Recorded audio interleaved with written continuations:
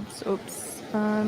So we're gonna be adding Instagram.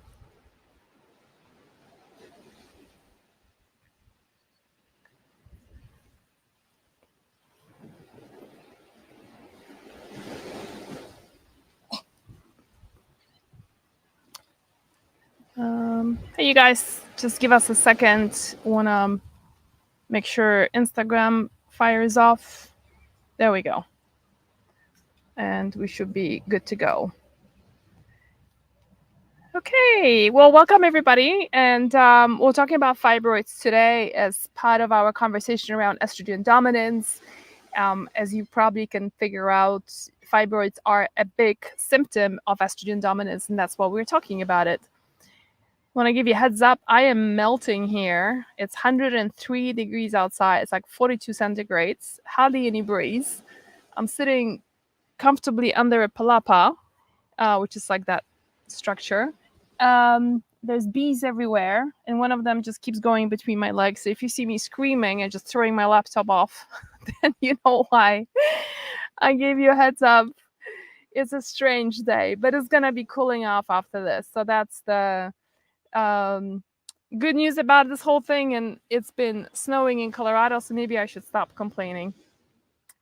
All right, so welcome everybody. And for those of you joining a little bit late, we are talking about fibroids today, a topic I'm really passionate about because fibroids are such a big issue for, interestingly, for women between 40 and 44 is the time when women develop the most number of fibroids. And fibroids are largely due to estrogen dominance.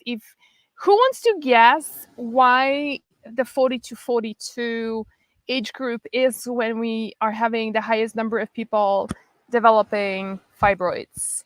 I want to give you a hint. This is the time when you go into perimenopause, but specifically what happens in perimenopause that causes the growth of that fibroid. So we're going to be asking questions here and there, and I just want to give you heads up. We're celebrating the 3rd edition of my book, Overcoming Estrogen Dominance. There's a whole chapter on fibroids. In case you missed it, we've been having a ton of content for you with everything to do with estrogen dominance and covering everything from fibrocystic breasts to heavy periods, very irregular periods, going through hell of a perimenopause. We talked about thighs and fat accumulating around your thighs and hips that you can't get rid of, including cellulite. And so today is fibroids. Tomorrow we're going to be talking about hypothyroidism and Hashimoto's, which is also connected to estrogen dominance indirectly, kind of directly in a way. And then we're going to be talking about hot flashes. And then we're going to finish up the calls on Thursday with detoxing your kitchen and bathroom, specifically products in the market that are actually bringing those estrogens into your body, those fake estrogens. We call it xenoestrogens. They're pretending to be estrogens, but they are not. Okay. So there is a whole chapter on fibroids. And this hour today, by the way, all the content that I'm talking about, that's all published on our website, overcomingestrogendominance.com/events. And Jen, if you can post the link on Facebook. And for those of you on Instagram, if you just click on our bio, then you can see the link is right there for you to click into the events, and you can see everything there in terms of what do we have there? Recipes, we have expert interviews, and then we also have those live Q&As such as today. The expert interview, for example, for today was with Dr. Marisol Tijero, who talks about using castor oil packs for and specific castor oil for shrinking fibroids, management of fibroids. That's, I think, one of the tools that you can use. I want to just talk a little bit more today. What are some of the herbal solutions that you can incorporate? And also one specific enzyme that's pretty amazing called nattokinase that can be super helpful.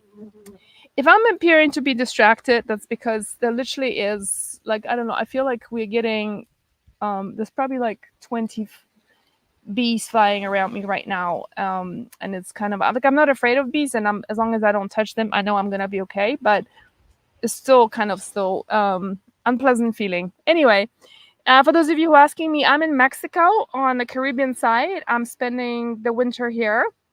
I live in Colorado, otherwise in Boulder, Colorado. I have a house there.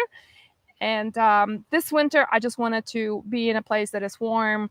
I just didn't want to do any more winter, at least not this year. And so I'm here, so I shouldn't be complaining, but it's really hot today. So it's a little bit challenging. Okay, so I'll let you guys decide first and foremost, what would you prefer us to do? Would you prefer for us to use that hour for plainly for Q&As, or would you like to do Q&As together with book reading? Because that's one of the things that I've allocated this time for, is like, I can do a book reading from the chapter from Overcoming Estrogen Dominance, or we can do a combination of, I'll do a little bit of reading from the chapter and doing Q&As. So let me know in the comments which way would you prefer to go. And also want to let you know we've got a book to give away on this call today. And so we will be offering the book to a person who tags a couple of your friends, or friends or women in your life who are struggling with estrogen dominance. Doesn't have to be fibroids, can be anything to do with estrogen dominance. And for those of you who are new to the party and you haven't seen this yet, then just want to let you know the call today. The symptoms of estrogen dominance would include anything from hot flashes to period changes, heavy periods, absent periods, spotting in between periods, so like during during your ovulation time. It can be fibroids, of course. It can be storing a lot of fat around the hips and thighs that just wouldn't go away, including cellulite. It can be infertility, subfertility, midnight waking, and difficulty going back to sleep, miscarriages, endometriosis, varicose veins. When I talk about fibroids, I'm talking here about uterine polyps. So there's going to be something that I'm going to share as well, a story from one of the gals who used to work for us about her disappearance of polyps. So those are the topics that we have for today. So let's see, what are you guys? So a couple of people who have estrogen dominance, that's what we ask for. Is the book internationally available, like in Australia or other countries? No, it's not. It is, but not through Amazon. So you have to go to overcomingestrogendominance.com. It's just the title of the book.com, and there's international shipping there. Now, the book is heavy, right? As you can probably see, it's beautifully printed. It's got this, nice, big, thick paper, full color, and so it's heavy. And so shipping tends to be expensive, especially to faraway places. But we're not marking anything up. We're just passing on the cost of the shipping to you. And of course, there is also an ebook that we have. So if you prefer not to have a physical book, then ebook is always an option, right?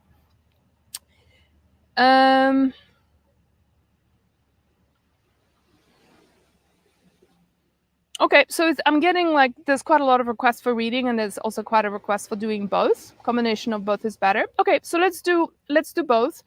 And just to do a bit of a temperature check, like how many of you here have other experience? Someone who's how many of you here have experienced fibroids or uterine polyps? And how did you manage to resolve it? So that's one of the things I want to talk about. We're going to be talking about also a story of a gal who used to work for us. And how she managed to resolve her fibroids and polyps. And I'm going to read you her story because she actually wrote the story for us. I asked her for 2 sentences and she came back with 2 pages of copy because she said it was very cathartic to write about it. And then we're going to be talking about dietary changes and some of the things you can do with the supplements. And then also, what about traditional treatments like embolization and such? So let's talk about all of those options that you have. I am not saying that everything is going to get resolved, by changing your diet. I think that would be a little bit naive to say that, especially with something like fibroids. But the growth of a fibroid is because of dirty estrogens, right? So dirty estrogens is how you metabolize. And by the way, is anyone here has guessed why age 40 to 44? I don't see any answers here. So so the reason why we tend to develop fibroids in our 40-44 age bracket is because that's when progesterone starts dropping. So if you saw me release a couple of videos this morning, I talked about the two different types of estrogen dominance. And it's important to know which one is it, because depending on which one you have, that way your treatment options are going to be slightly different.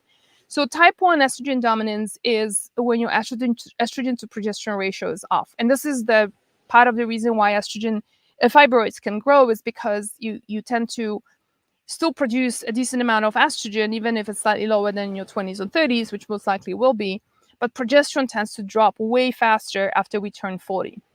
And so the sudden drop of progesterone causes a imbalance in the ratio of estrogen to progesterone, or estradiol specifically to progesterone, and that's what can cause the growth of fibroids. That's the reason why women in perimenopause tend to develop fibroids very often. Second type of estrogen dominance is when the way you metabolize estrogens is your body favors more production of the dirty estrogens, and that depends on the liver and your gut. So then it becomes a question of what can you do to support your gut health, your liver health, and support your body metabolism of those estrogens with things like the estrogen reset kit that we have, right, which is DIM, sulforaphane, and calcium D-glucarate. All of those come in a set of 3. They help you to give you a full estrogen metabolism. So where the first one, the estrogen dominance type 1, you want to correct it by raising your progesterone levels. And that will be through things like Vitex, also known as chaseberry, or you can do things like a topical progesterone, or you can work with a doctor to get a prescription for progesterone, oral progesterone. Personally, not my favorite, and it's going to help you sleep, but it's an option if you want to go down that path. Okay. So let's dive into the chapter. So for those of you who have the book, it's on page 160. We're on a 3rd edition right now of the book. So I want to give you, it starts off with, every chapter has like these drawings of different herbs. And so it gives you an idea already what are the herbs that we're going to be talking about. Okay, so let's start off with some basic facts, and that is that uterine fibroids, also known as uterine myomas, are benign lumps or growth in or around the uterus. They are made from muscle and connective tissue. There are several types of fibroids classified by their location, including intramural, which is the common type that is embedded in the muscle of the uterus. Submucosal, which is the growth is right underneath the mucous membrane. And then you have the ones that are growing on the outside of the uterus. Those are the ones you can actually feel them. Now, the interesting thing is that you need to know is that most fibroids are never going to develop into cancer. So that's the good news, right? So fibroids does not equate cancers. And so that's the good news. The not so good news is that if you have recurring constant issues with fibroids, it's also a sign that you are experiencing estrogen dominance. And when that is the case, then either a lot of other symptoms are showing up, like, for example, fibrocystic breasts, thyroid nodules, but it's also the consistent and nonstop, like the chronic presence of estrogen dominance combined with inflammation that causes DNA damage. And it doesn't have to be on the uterus, it can be somewhere else in the body, that eventually can lead to estrogenic cancers. So breast cancer, ovarian cancer, uterine cancer, cervical cancer, and thyroid cancer, as well as lung cancer in non-smokers, are all estrogenic cancers, right? And it's not, and it's it doesn't just show up one day. It is years of having issues with estrogen dominance that finally shows up at that point. So it's I think that's good to know. Most fibroids are very slow growing, so fibroids can grow as long as 10 years before making their presence known. Each fibroid is unique with varying shapes, textures, and sizes. Some can be soft and others can be rock hard to the touch. They can be little tiny ones. from the size of a pebble to the size of a grapefruit. Okay, and when it's the size of a grapefruit, it's gonna be too late to probably remove it, to shrink it using natural methods. So there are surgical options. Let's talk about that in a second. But then the question is, what can you do to prevent it from happening again? They are most common in women in age 40 to 44. This is not surprising because this is when our progesterone starts dropping and estrogen dominance becomes more likely. Fibroids develop when estrogen levels are higher. Studies on the occurrence of fibroids show the following statistics: 20 to 40% of women age 35, 40% over age 40, 70% of white women, and 80% of Black women by age 50 will develop a fibroid. So that's quite a majority of us. Many women will not experience symptoms. It's estimated that 50 to 80% of women have no symptoms whatsoever and have no idea they even have a fibroid. And symptoms of fibroids would include increased menstrual bleeding, anemia due to heavy blood flow, abdominal bloating, pressure and discomfort, back pain, excessive vaginal discharge, pain or bleeding after intercourse, irritation to the bladder, more frequent urination, infertility, subfertility, and premature delivery. How do you get it diagnosed? Predominantly through working with a physician, getting things like an ultrasound, MRI. You can also get it done through hysterectomy or paralectomy, and that is the examination of the exterior of the uterus. So the main reasons would be estrogen dominance, high levels of dirty estrogens, or progesterone. Second reason could be progesterone deficiency, or it can be both. Hypothyroidism, often present in fibroids. Low thyroid function goes hand in hand with estrogen dominance. So we're going to be talking about thyroid tomorrow. And then interestingly, about high levels of IGF, which is your growth hormone due to high blood sugar levels, melatonin deficiency, excessive body fat. The reason why I say that is because belly fat produces additional estrogen, so you are just adding more estrogen to the mix. And there is also some evidence that are linking fibroids to root canals. So people who practice traditional Chinese medicine will tell you about the meridians that are running like those lines across the body, that root canals and the fibroids are on the same axis. I'm not an expert in the area, but I have consulted my colleagues who are traditional Chinese medicine practitioners, and they are pretty set on that being one of the reasons. So traditional treatment. So let's talk about that first. The first one, of course, is wait and see, especially when you're asymptomatic. That's normal, right? Like, well, let's watch this and come back in 4, 5, 6 months time. I don't know about you, but if I had a fibroid, I would not wait. When I had thyroid nodules, I remember my doctor said to me to come back and get it checked in a few months' time. And I'm thinking, what am I waiting for? Then to come back and be told that next my thyroid has to be removed? Like, what am I waiting for? Why don't I use this time for something more productive and help myself, right? So, but anyway, that's one of the things that happens. And then the other one is, which is very, very common, is the gonadotrophin releasing hormone agonist, which is the GnRH that's sold under the brand Luprolide. And so what it does is suppresses the production of estrogen and promotes progesterone production to slow the growth of the fibroids. Problem is that there's a lot of problems with these drugs and a lot of side effects. The other thing is when you stop taking the drug, the fibroids all grow back. Myomectomy, which is a surgical procedure to remove the fibroid, is obviously an option. And, honestly, if you have a large fibroid, then it's something that you should really consider doing, because that is something that, and then focus on embarking on a protocol to reduce our estrogen dominance so you don't have a fibroid coming back. One of the biggest things, I see in fibroid forums that I'm in is that women keep talking about fibroids growing back, right? And that's something that we can easily prevent. Endometrial ablation, so a procedure that destroys the lining of the uterus. Another very popular one is uterine artery embolization, UAE, which is basically a minimally invasive procedure that shrinks the fibroids by cutting off the blood supply.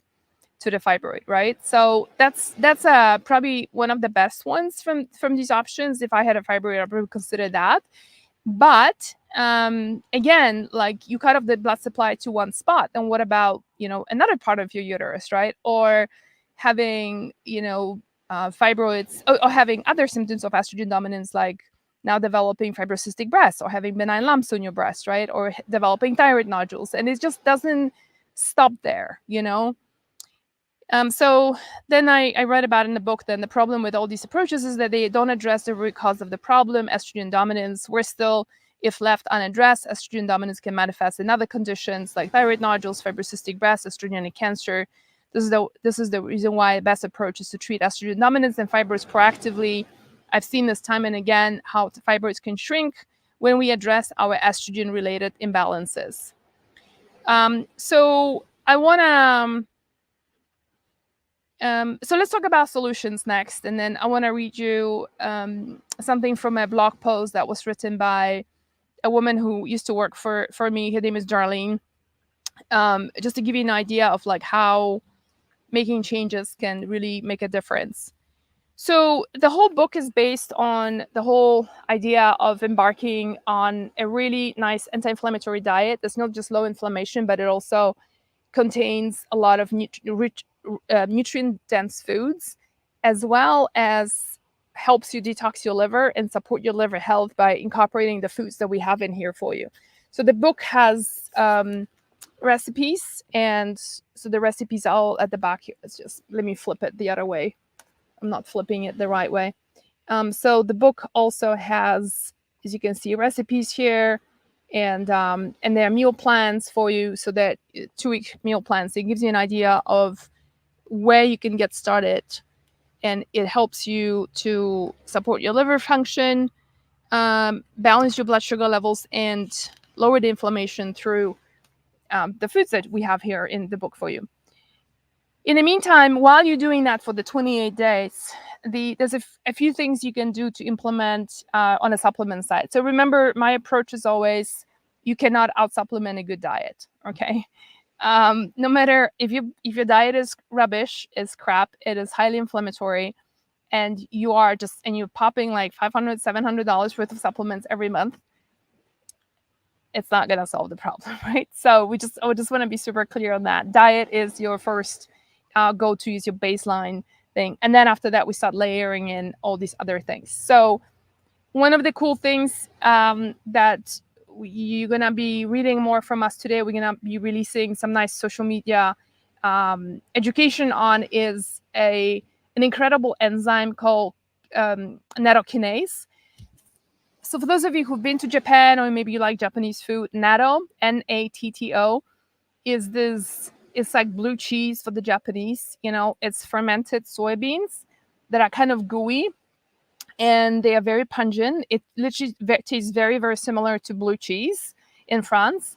And it uses specifically the soy, which is, of course, I'm talking about a non-GMO soy here, right? What it does is the fermentation happens through a bacterium, and that particular strain helps to develop an enzyme that has incredible results on reducing and dissolving fibrins. And fibrins are what fibroids are made out of. So I'm going to drop in, for those of you who are a little bit of geeks, I'm going to just drop in, these ones are PMID studies. So I'm just going to drop that into comments. Jen, would you mind just copying these over and just say those are like medical references behind nattokinase, what nattokinase can do for... And Instagram, I'm going to do the same thing. So the research behind nattokinase. So those are just a few studies that I pulled out, so you guys can take a look at that for those of you who are interested in the research behind it. So we do have a product in our store that uses nattokinase enzyme, and I think when you combine that with a couple of other changes that I'm coming to this in a second, including a really clean diet that includes not drinking alcohol, reducing sugar, everything that is basically in the book, right? Then you must start seeing some serious shifts happening. So let me go on to some. The other thing I was talking about here is lowering inflammation, of course, doing seed rotation, adding like a couple of tablespoons of flaxseed per day. Trying castor oil packs can be super helpful. And there's a whole video the Dr. Marisol Tejero and I did in 2001, and we republished it, where she talks about castor oil, how it helps fibroids. And then I want to tell you about a few herbal strategies here, because I am a certified herbalist, and so I feel like this is a really wonderful way of also incorporating a few herbs that have a couple of functions. Now, there isn't like one herb that's going to be like shrink your fibroids, right? But there's a few things that we can do around the fibroid that really helps you create the results that you're after. The first one is going to be what we call cholagogues. Cholagogues are herbs that support liver function, right? So that will be things like dandelion root, burdock root, gentian, and endographis. You don't want to do gentian and endographis as a tea because it's disgusting. It's extremely bitter. You can find tinctures in the market. In fact, our digestive bitters, you guys, have all of them except for dandelion. I don't think we have no, we don't have dandelion root, but we have burdock root, gentian, and endographis. For those of you who want to, if you want to squirt something in your mouth that's herbal, that supports your digestion and your liver, check out our digestive bitters. Otherwise, you can, one of my other favorite brands will be like Herb Farm, when they have either combos, of herbs that are specifically for like liver detoxification. They just don't taste very good. Our digestive bitters taste really good. So that's a big difference there. Then you want to rebuild your progesterone level. So that can happen through chasteberry and black cohosh. Both of them have good medical history and science behind them on rebuilding and raising progesterone levels. Chasteberry, also known as Vitax. In Germany, in Europe, in Germany specifically, even mainstream medicine doctors use chasteberry as the first go-to herb for women who can get pregnant or women who are going through menopause and perimenopause. Now, the next one is a really important one, and that is what we call uterine astringents. And to cut off the blood supply, it's just a short-term strategy because it can totally dry out the uterus, right? So you want to be careful. But in terms of if you're having a fibroid that is also bleeding a lot, incorporating those astringent herbs can be super helpful. So you ready for this? It's yarrow, cinnamon, cranesbill, and red raspberry. All of them very astringent. Like if you ever had red raspberry tea, it's like kind of dry mouth, right? It's gonna do exactly the same thing to your uterus. So yarrow, cinnamon, cranesbill, red raspberry. And then we have something called uterine tonics, that herbs that just promote an overall balance, and that is blue cohosh, motherwort, and red raspberry leaf. Red raspberry leaf, you guys, is just phenomenal. My sister had hot flashes, and she just started using red raspberry leaf. First, she started using it as a tea, and then later she switched to powdered supplements, and all her hot flashes went away. So we're going to be talking about hot flashes in a couple of days. Some women have incredible results with acupuncture as well. So, that's also something to consider. It's especially with less pain. And I'm a big fan of traditional Chinese medicine, also acupuncture, of course, being one of the tools in it. And I also feel like it's just yet another tool in your toolbox, meaning that if you incorporate, if you get on a clean diet, add a couple of enzymes, add acupuncture to the mix, maybe a couple of herbs, this is when you really start seeing the magic happening. It's typically not just one thing that's going to make all the difference. So not surprisingly, yarrow, you might have seen this herb many times, or probably it's a total weed in your garden, and yet it's one of the most medicinal herbs. And I absolutely love this herb for other reasons. It doesn't just do that, but many other things. Red raspberry and thyroid issues. I don't think so. I don't think there's contraindications for it. Jen, could you look it up? I don't think red raspberry has contraindications for thyroid. low thyroid function. Okay, so let's go over to questions and see what you guys have. I'm gonna pop over to YouTube, to Instagram first. How do you manage fibroids in pregnancy? This is really tricky question, and I don't work with women with pregnancy, so you need to talk to your doctor, and I guess have your hormones evaluated. They typically don't do anything unless it affects the pregnancy, and so it could be that fibroid is just there, but it's just not growing, and most likely it won't be growing because when you're pregnant, you have a super high levels of progesterone. So lab girl is saying I've had multiple surgeries. Yeah, so consider doing this protocol because this is really what's going to make a difference. Why do middle-aged women get that lower abdominal region popping out? Is it a symptom of estrogen dominance? Yeah, so it's more of a symptom of issues with sugar, blood sugar levels, and we don't metabolize sugar as well. And so this is where it goes into our abdomen. So estrogen dominance, we tend to store fat around our hips and thighs. When it comes to metabolic disorders, we tend to go into the tummy. So reducing your sugar consumption, processed carbs, doing fasting, and this actually, if you scroll down our feed, before we started talking about estrogen dominance and doing the book relaunch, we talked a lot about belly fat. So go into those posts and take a look because there's a lot of stuff that you can pull from there.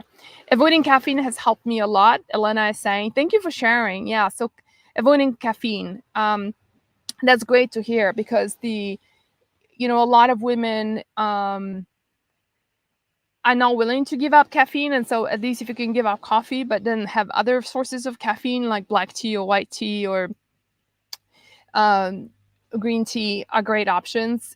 So that's something that a lot of women have reported to us, that after avoiding coffee, and there is an article I wrote about 15 ways coffee affects your hormones, and one of them I found a lot of connections to coffee and estrogen dominance. And the predominant thing is that coffee gets metabolized by the same pathway in the liver as estrogen is, and so I guess the body just prioritizes detoxifying us from coffee rather than estrogen, and so it's you tend to recirculate the estrogen back in again.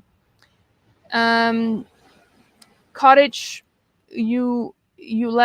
something cottage baking, fibroids, polyps, endometriosis, cysts on ovaries. Yeah, there's a lot. You've got a lot going on. So just a spoonful of vitamins says, haven't resolved yet. I have one that will not go away. Super heavy period, cystic fibrosis in breast, and I'm sure I have endometriosis. Girl, you're going to make some changes because this is not looking, that's just a lot that's telling you that your body's asking for help to make some changes. What about fibroids in women in late 50s who have gone through menopause? Yeah, so it's the same thing. Remember that even if we have gone through menopause, like you still have hormones, right? And you still have produced much less of the hormones, but you're still producing some progesterone, you're producing some estrogens. And the same principle applies, that the relationship between that estrogen to progesterone could be off. It could be that the way, even though your estrogens are very low, the way you're breaking down those estrogens is unfavorable, right? So it's the same principle applies, and you get the same results by embarking on this protocol. My OBGYN told me that embolization will not work on big fibroids that have hardened. Okay, that probably it needs to be surgically removed. They know what they're talking about. What about serapeptase? Great question. So I have stirred away a little bit from serapeptase because it shows some benefits, but also shows some side effects for some women. So that's the reason why we have switched over to nattokinase and stopped supporting serapeptase. Yeah. Okay. Is it good for endometriosis? Yes. So there's actually a whole chapter in the endometriosis here as well in the book, and it's somewhat similar to fibroids, not quite the same because endometriosis has an autoimmune component to it that needs to be addressed. But yes, there's a whole protocol there for you what to do. Is netto high in histamine? Yes, it is. So that's that.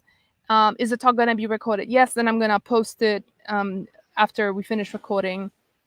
What is the page you're reading from? So it's from my book, Overcoming Estrogen Dominance. It's on 160, is the Fibroids protocol. But the whole book is about how to overcome estrogen dominance, diet, herbs, supplements, and recipes. Is all this in your book? Yes, it is. Thoughts on wild yam cream. So wild yam cream doesn't do anything. The wild yam needs to be modified in a lab to fit into a human progesterone receptor. And so that's basically wild yam cream on its own is not going to work at all. Yarrow is amazing for heavy periods. Yes, it is. Absolutely. It's amazing for a lot of different things too. Somebody's got spotting on progesterone cream, then I'll say use different, work with somebody to help you understand when to take it. Is black cohosh okay to take if a history of breast cancer in the family? So that's a question that we get a lot, and I'm not in any way criticizing you. It's just something that a lot of people who don't understand estrogen, including talks that I've gone to of people who teach herbalism, will say, like, stay away from black cohosh and flaxseed and that yada yada because they are estrogenic when you have a history of breast cancer, when there's breast cancer history in a family. And when people say things like that, it's really clear they have no idea. They don't really understand hormones and how this whole thing works. And so let me just clarify this here. And this doesn't just apply to black cohosh. This applies to, like I said, flaxseed, red clover, maca, dong quai, which is Angelica sinensis, right? So all of those herbs you might say are estrogenic, right? Soy, for that matter, organic, say soy, can also be super helpful for women. And it's such a disservice to say that because, yes, sure, these herbs contain something called phytoestrogens and they elevate those estrogens. But it's only people who don't understand that estrogen is not just one estrogen. First of all, there's various different types of estrogens. And an estrogen in itself is actually kind of benign. It's what happens when it gets broken down. And this is where the problem either begins or that's where the healing starts, right? So women who have sufficient amount of estrogens are the ones who are sharp mentally, who have strong bones, they can, they have good quality skin, they can think straight, their cardiovascular health is good, the vaginas are moist, right? That's a healthy estrogen levels, and we need that estrogen. And these phytoestrogens actually help to achieve that. Where the problem is when we have poor liver function, when we have poor gut health, when we use a lot of mainstream cosmetics and skincare products, we introduce these outside estrogens, and internally we are not clearing that estrogen correctly. You're producing what I just call, in very simple terms, dirty estrogens. That's got nothing to do with that herb. That herb did nothing to produce those dirty estrogens. It is your liver, it's your gut health that is the culprit that needs to be supported in order to accomplish that. So I just want to make sure that black cohosh, if it gives you phytoestrogens, these phytoestrogens are nothing but good for you. They are not the ones causing the cancer. Cancer is only happens when there is DNA damage caused by inflammation, by estrogen dominance, those dirty estrogens that creates damage on the cell. Then the cells get mutated, cancer takes over, starts living on those cells, and then estrogen and those cells then develop estrogen receptors, and those dirty estrogens is what comes in and attach themselves. So most of the herbalists don't know shit about this, and then they don't communicate this properly, or they lack even that knowledge. And I feel it's such a disservice for women to say, oh, don't touch. In fact, this conversation goes beyond herbs, because then it's like, oh, don't do estrogen. So here's this woman, right, who's like falling apart. She can't think, she can't sleep, her bones are breaking, her LDL cholesterol is just skyrocketing, and she is a candidate for a cardiovascular problem, right? She's just a hot mess of a woman, right? But like, God forbid, touch estrogen because it's gonna kill you. I mean, what myopic and outdated way of thinking is that? And this doesn't just apply to herbs. It also applies to people who be like, don't touch bioidentical hormones. I'm not against bioidentical hormones, by the way, at all. I just feel like I'm not licensed to prescribe them. I use them personally. And I'll say to you that get this fixed first. Put the foundation in place first of your diet, supplements, optimize your liver function, optimize your gut health, feel good and feel healthy. And that's when you incorporate, if that's not enough and you're still symptomatic, you start incorporating bioidentical hormones, that's when you start feeling like that's when the magic starts happening. Okay. All right, my fibroid is 5 centimeters. What do you suggest? Yeah, I suggest get the book and follow the protocol. One of my fibroids is 4 inches. I've been tracking it for years and taking chaseberry and dim. It hasn't grown since 2020. That's okay, but we want it to shrink, right? So I think you can do more than just dim. And I've already mentioned a number of things. Best way to get rid of the belly fat. Okay, so belly fat, we talked about it last month. So just check out the feed on our post about belly fat. Yeah,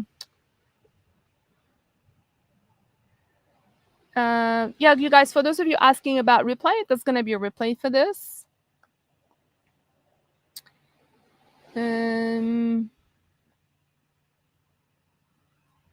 So Camila is saying, I just had a laparoscopic myomectomy, still in recovery and waiting for my first period since surgery. Okay. So now what you need to do is to make sure that you are actively working on your estrogen dominance, so you don't have anything coming back further down the road, because that's one of the biggest problems, right, with fibroids, is they do come back. By the way, you guys, we have this this kit in our store called the Fibroid Kit, and the Fibroid Kit has basically the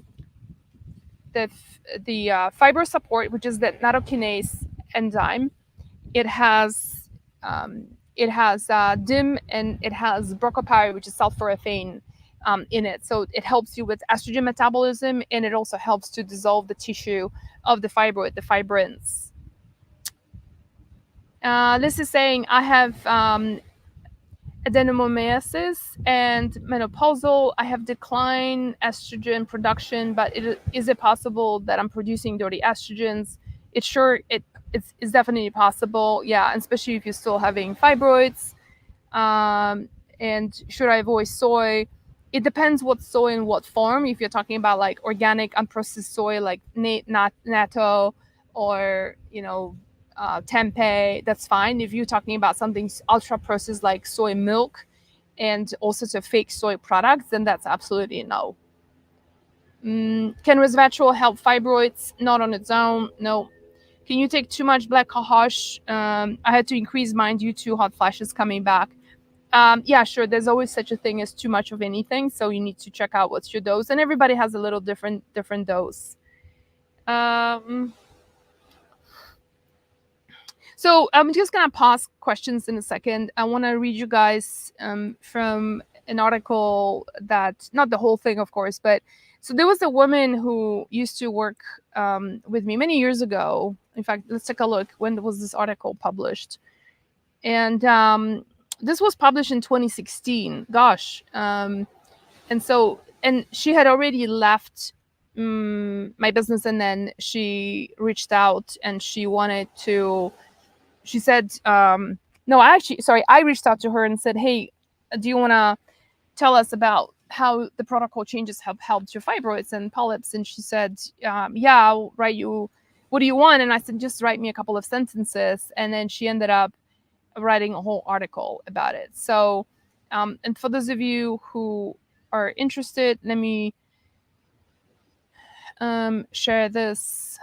Is this article here on our website, hormonesbalance.com. How I avoided hysterectomy, one woman's story of stress, nutrition, and healing ovarian cysts.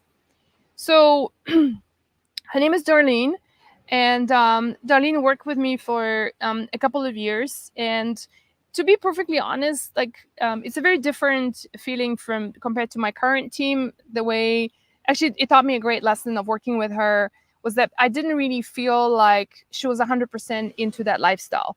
And, so that you guys know that we are a small team, but everyone who works on the Wellena Hormones Balance team is super dedicated towards health and just seeing you succeed, but also living that lifestyle themselves. And I think that's important, because I don't want to hire people who are disconnected from, they're going to eat in Burger King, right?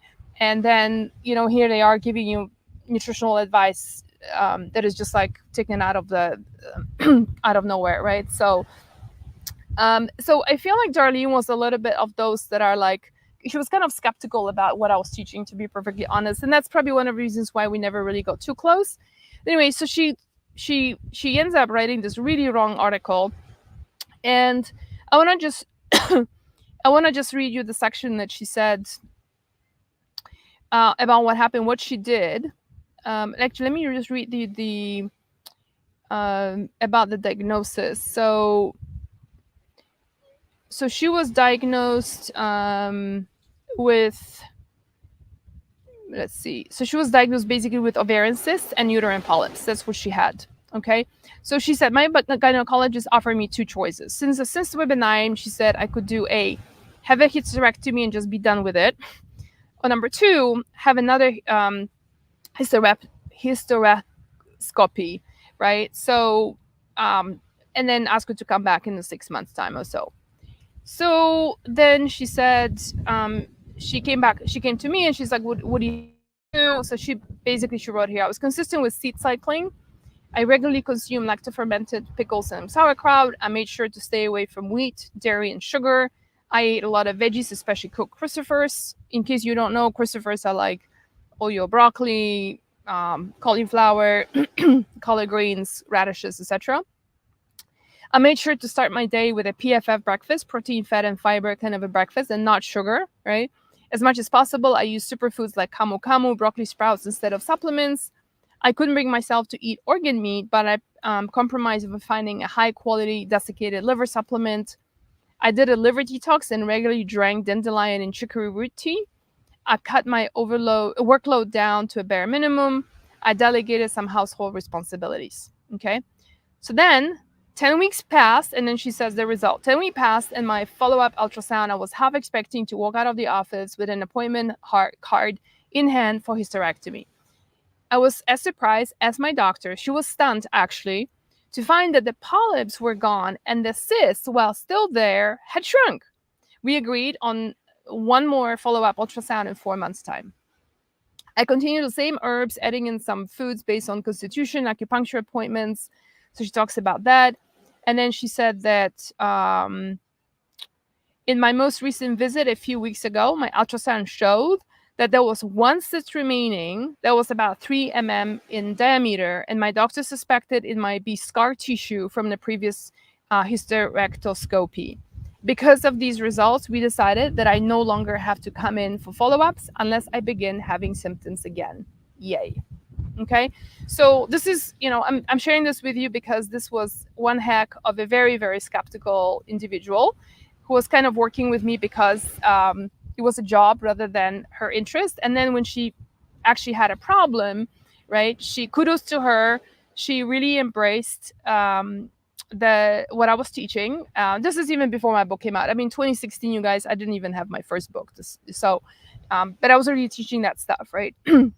And those are the results that she had. And mind you, you can see from her stuff, right? Like she didn't even take any supplements. And this is within 10 weeks. So couple that set of changes that she's talking about, couple that with a few supplements, and imagine what you can accomplish potentially in your own body within a course of something like 8 to 10 weeks too, right? So Jen, why don't we do a couple of questions from Facebook?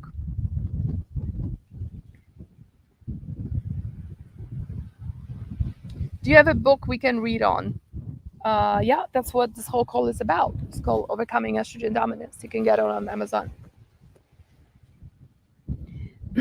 I heard about castor oil. Did it without wraps, just under clothes with towels and face hands and external cysts. Nothing. That whole bottle major brand. Just bought another brand we're trying. But if even topical didn't do, then don't know the issue. Yeah. So as you can probably just see from what I shared just now, Darlene's story, she didn't do any topical stuff either.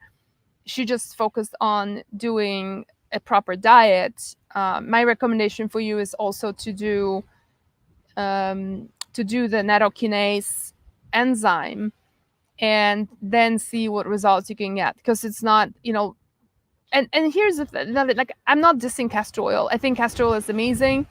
It's just one person responds to one thing and not another, you know. um, like we talked about Vitex earlier, that Vitex can help some women raise their progesterone levels, an amazing herb. And I just really, really wish that I could love it, you know. And but it doesn't love me. Like if I take Vitex, my ovaries start throbbing, I get mid-cycle spotting. I just feel off, and it's just not my herb. So you know, we all have a mode to go. And Maria, Anastasia, I think, you know, what I'm giving you guys here in this book is a ton of different resources that you can use. So not just castor oil, but so many other things that we talk, like as we talked about on today's call.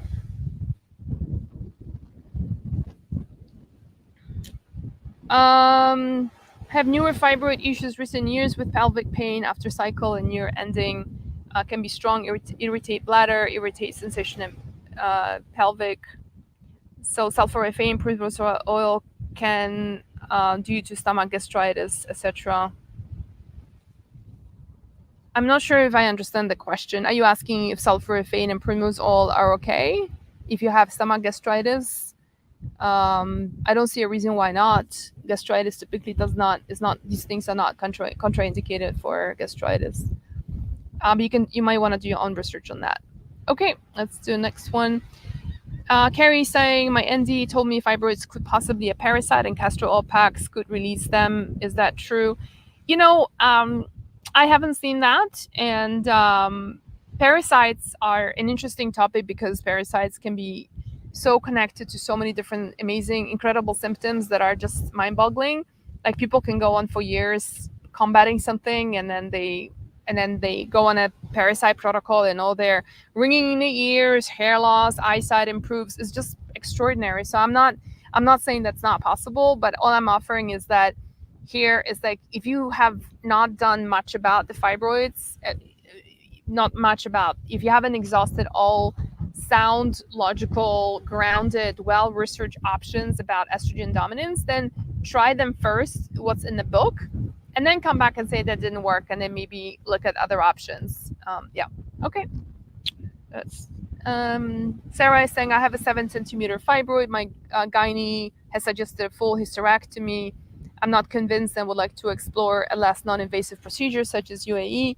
I'm waiting for a referral at the moment. What are your thoughts? So I would say, like, while you're waiting for a referral, why not just start making those changes that we're talking about here right away? Just get the fibroid kit from us. It gives you the enzyme and helps you support the estrogen metabolism really quickly.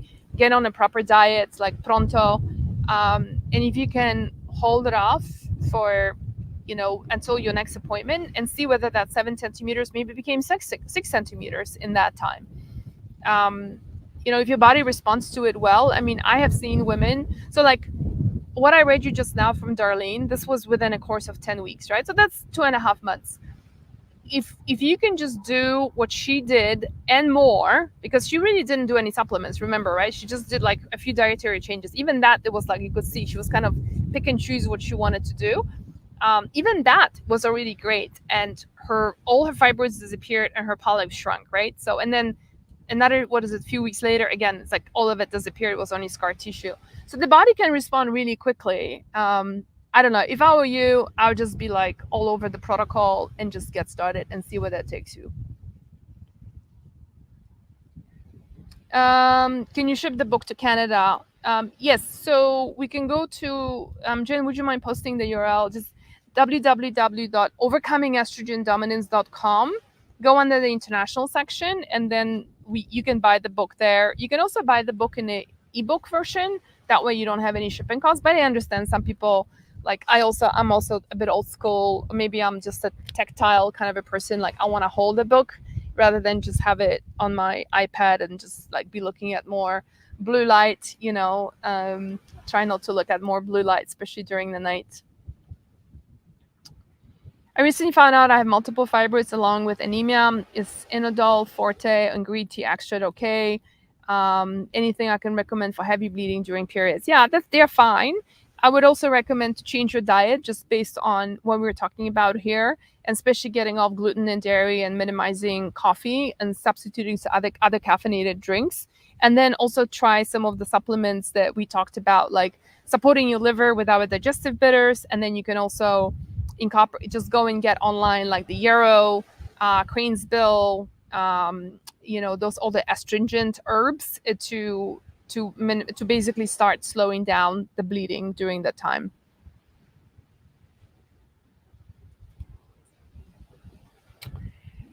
In 2022, 48 years old. So I think it's 2002. I was 48 years old. I think I was diagnosed with a very large fibroid size of football. Advised to have a total. Now 2024, I'm getting facial hot flashes. I'm advised to my doctor to go off HRT, Premarin, after 20 years. My question is, would using estrogel for my facial flashes be a cancer risk for me if I started using estrogel now? So there's just a lot of questions in here, and there's obviously a big health history in your case, Loretta. So I prefer not to answer that question. I would suggest write to us, and then we can connect you to practitioners that we trust who can help you figure it all out. I would never go on Premarin. I would say the first thing is you want to do is get off Premarin and get on bioidentical hormones for starters, right? And if you're taking estrogel, you might also want to be balancing things out with progesterone. I think there's a lot of things you could be doing, and that's probably part of the reason why you have a fibroid of that size, is because your estrogen is going unopposed by estrogen, so by progesterone. So you need to work with somebody to help you figure this out and do proper testing, and we can connect you with a person like that. Let's do this one. I have your book, and I love it. I think it's book. Thank you, Jen. And I have uterine fibroids and polyps. Is it safe for me to take maca? Yes, it is. It totally is. Yeah. And I hope, Jen, that you are you're gonna be able to try some of the protocols for fibroids as well, so that you take care of it, and you can write to us in a few months' time and say that your fibroids are nowhere to be found. All right, I'm gonna go over to Instagram. So G Heat On is saying, I'm in perimenopause and I was told to never do estrogen hormone replacement therapy because it give me more fibroids. So a couple of thoughts on this. So when somebody tells you this, it tells you right away they're uneducated about a couple of basic concepts that any sound professional who practices functional endocrinology would understand. When you go on an estrogen hormone replacement therapy, number one, there's a difference between them, whether it's synthetic or bioidentical. Okay, so that's number one. Number two is that even if it's on bioidentical, which tends to be safer, the bioidentical then is going to be broken down to, again, in the body, to clean and dirty estrogens, right? So if your body is breaking it down to a lot of dirty estrogens, yeah, then sure, the risk of fibroids can go up. And how do you know if you're breaking up a lot, you're creating a lot of dirty estrogens? A is from going by symptoms. Apart from fibroids, you might be having a lot of other symptoms. And so we've been talking about estrogen dominance for the past 10 days. So take a look at the symptoms on our posts. But it's also, you can also get tested. Dutch test is a good one. And I just posted a reel this morning about testing, and there is a link to a lab test that we created for you guys, like different lab tests for like thyroid and estrogen metabolism. And so it's called a Dutch test. Number two, that this person would never should have mentioned, is that it depends on your estrogen to progesterone ratio. If your estrogen is too high and you're only on estrogen replacement therapy and it goes unopposed and there is insufficient progesterone to oppose it or to balance it out, then yeah, sure, fibroids can grow. But if you add progesterone to the balance, then the risk immediately goes down. So it's very unfortunate that so many practitioners are so misinformed.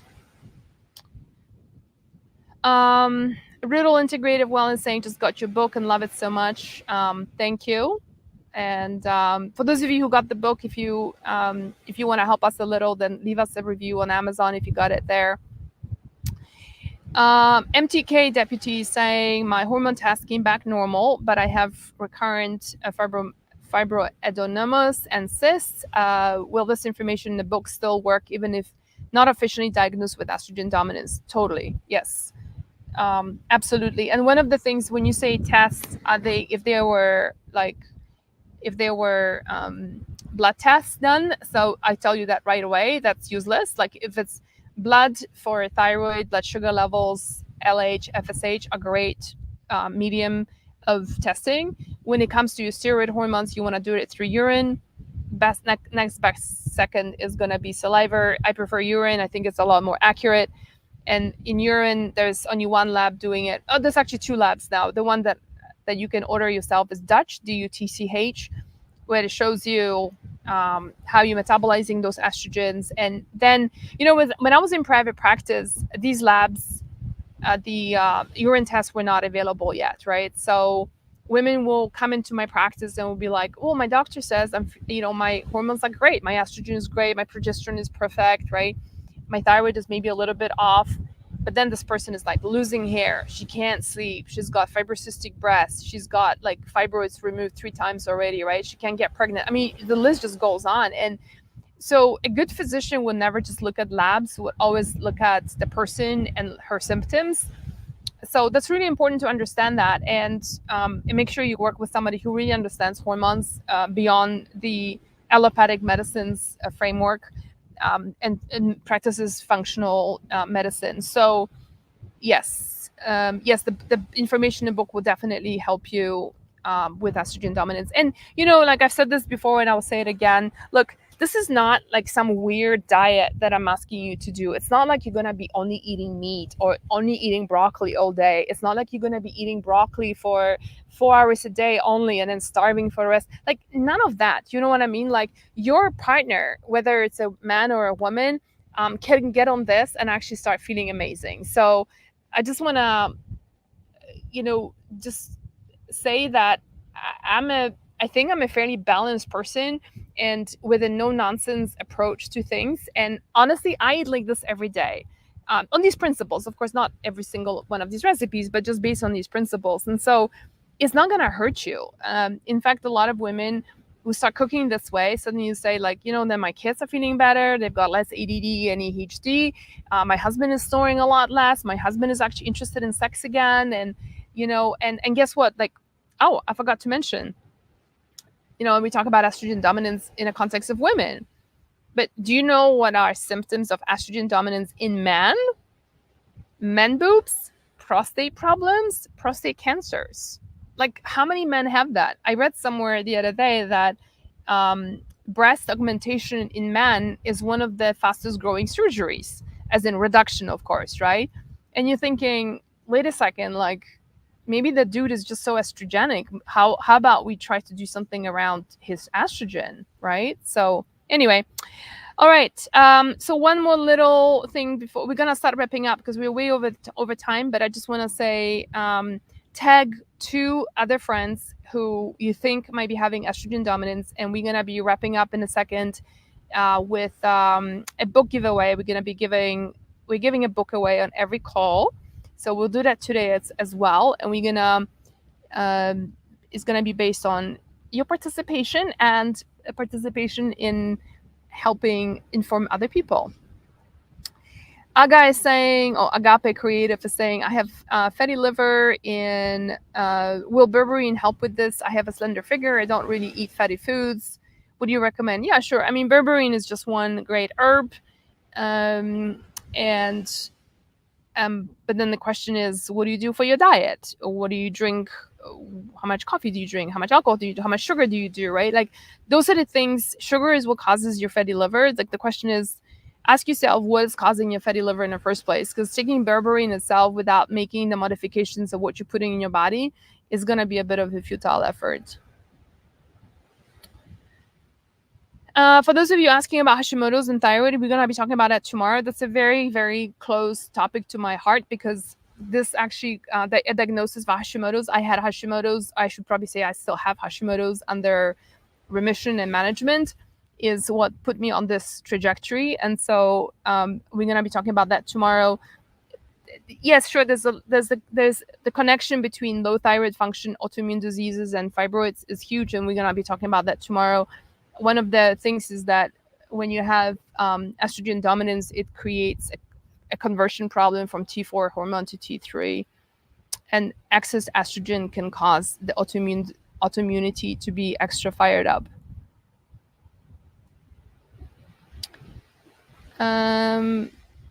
So the person talking about blood work, she said, I'll request different tests. These were blood tests. Yeah. So that particular doctor will probably not even know about this testing. So just FYI. How about ZRT blood test for hormones? So I just want to be fully transparent with you guys. Like I'm not an investor in these labs. I don't have any interest in saying one way or another. But I did an experiment and I did ZRT. And it was not a blood spot. It was a saliva thing. And I think they only do the blood spot for thyroid, if I'm not mistaken, not for steroid hormones. So I did a saliva and then I did urine testing with Dutch, and both showed me very different results, but the ones that I felt much closer to reality of how I felt was definitely the urine. So I'm definitely, and a lot of my friends who practice those are definitely very much for the urine testing. Does your book say also what supplements to take? Yes, it does. Does the book work if you're a vegan? So first of all, I would just say straight up, I do not believe that being vegan is a healthy way of living, and it's not the healthiest thing to do when you have hormonal problems. You can modify the book to being vegan. A majority of the recipes are vegetable based, but I also do believe that animal protein is what gives you grounding and gives you the energy and the healing of the amino acids that is required. All right. I think, hey, you guys, I'll need to wrap up. Sorry about that. I know we have a lot more questions coming up. And so thank you for your participation. Thank you for your curiosity. I hope that you find these calls helpful, these resources inspiring for you to know that there's a lot more that you can do apart from just popping at one supplement or getting a procedure done. When it comes to fibroids, there is still so much more that you can do, and so I hope all these resources are there for you. And remember that a lot of time is not just like one thing that's gonna help, right? It's like a lot of times is like our health issues started because of a domino effect of stress, lack of sleep, poor diet, right? Unhappy relationships, nutritional deficiencies, all of that, right? And so to reverse it a lot of the time is the whole combination of things of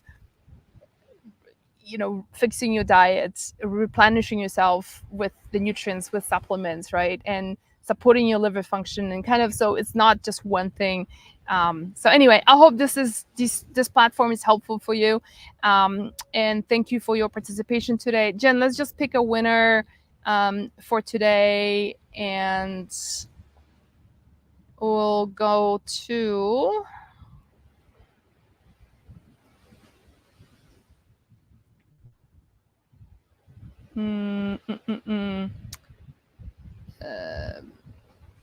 okay, so the winner of the book today is I Am Falam.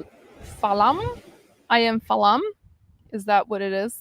I'm pronouncing it right? And one thing that we ask you is you need to be based in the United States. That's my only requirement. Okay, so I just did a screenshot. All right, thanks everyone, and have a wonderful week ahead. And I'll see you tomorrow where we're going to be talking about low thyroid function, Hashimoto's. Have a good evening. Bye bye.